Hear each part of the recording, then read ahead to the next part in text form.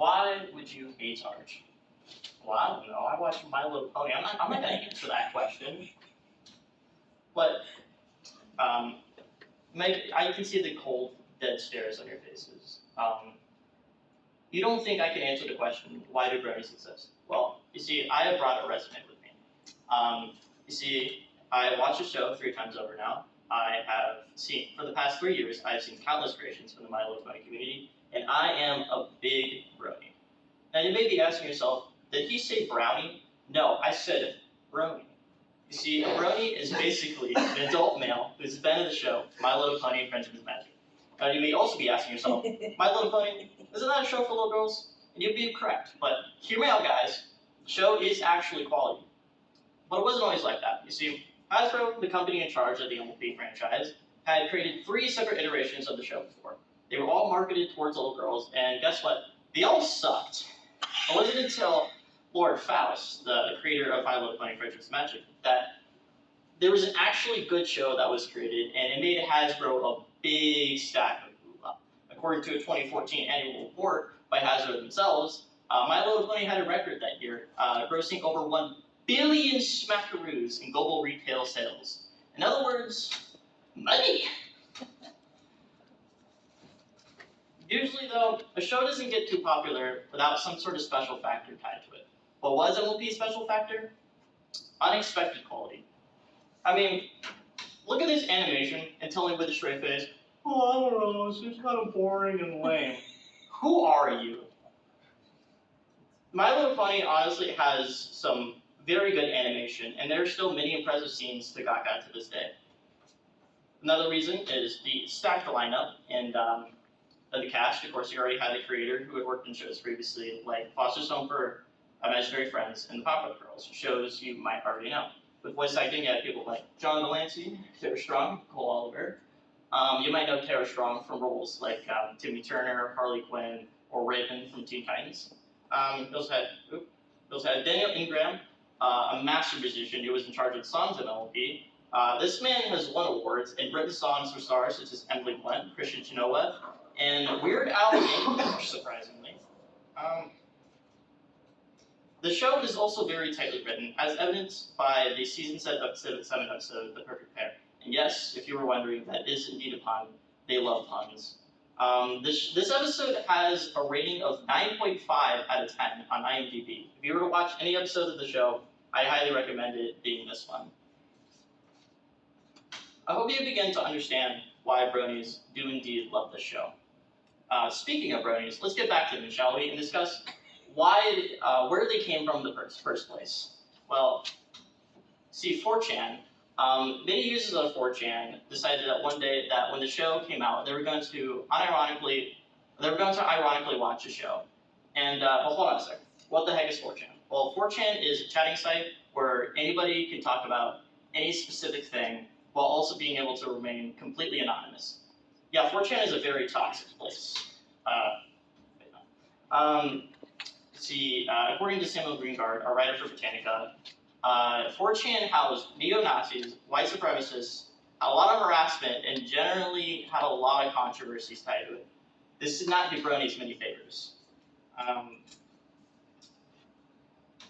You see, this led to, once the show eventually did come out, users on 4chan decided they ironically watched it, and they decided that they unironically enjoyed it. And this led to the first mention of the word brony, and the start of the community. Back then, you could not escape word of the show.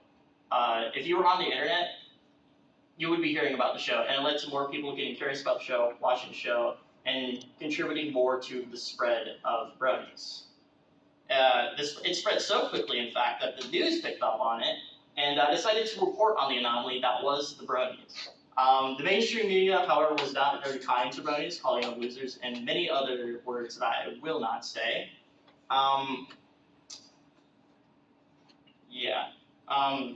It kind of led to this rise of this negative stereotype that bronies had, that they were all losers.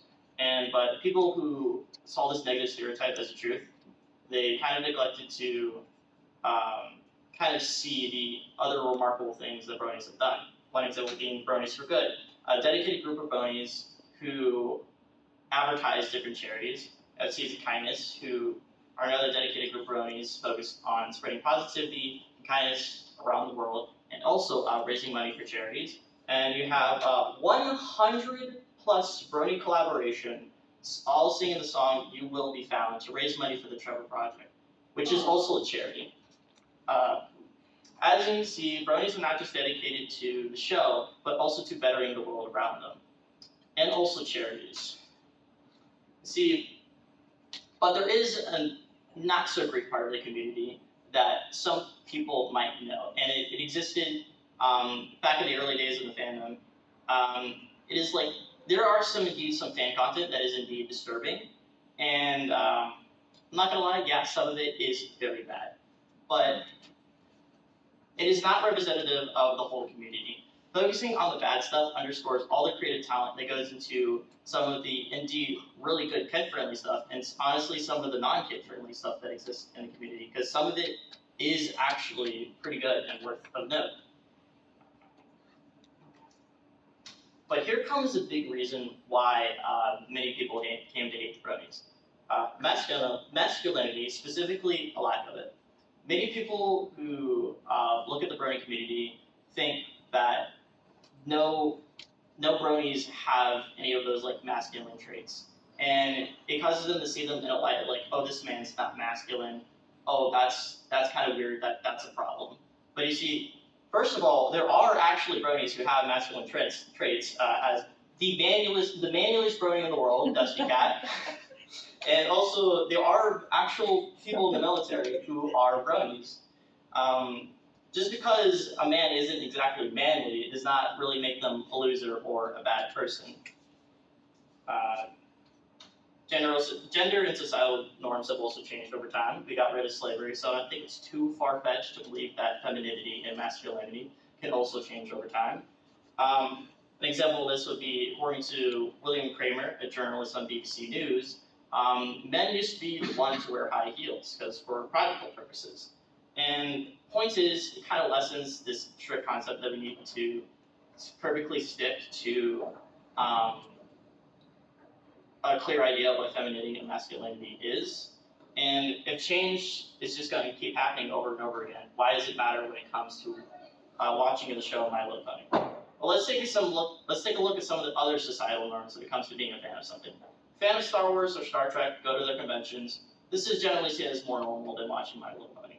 Scream over music artists at a concert or over a football game, also seen as more normal. Sit in your room and watch My Little Pony. So that's just not normal in the slightest. What are you doing? To make a long story short, MLP and the bronies have many great qualities to them that I believe should get them to be at least somewhat respected. But through the spread of a negative stereotype and traditional masculinity, the community, the show, has kind of gained this negative stigma that is still unable to be shaken off to this very day.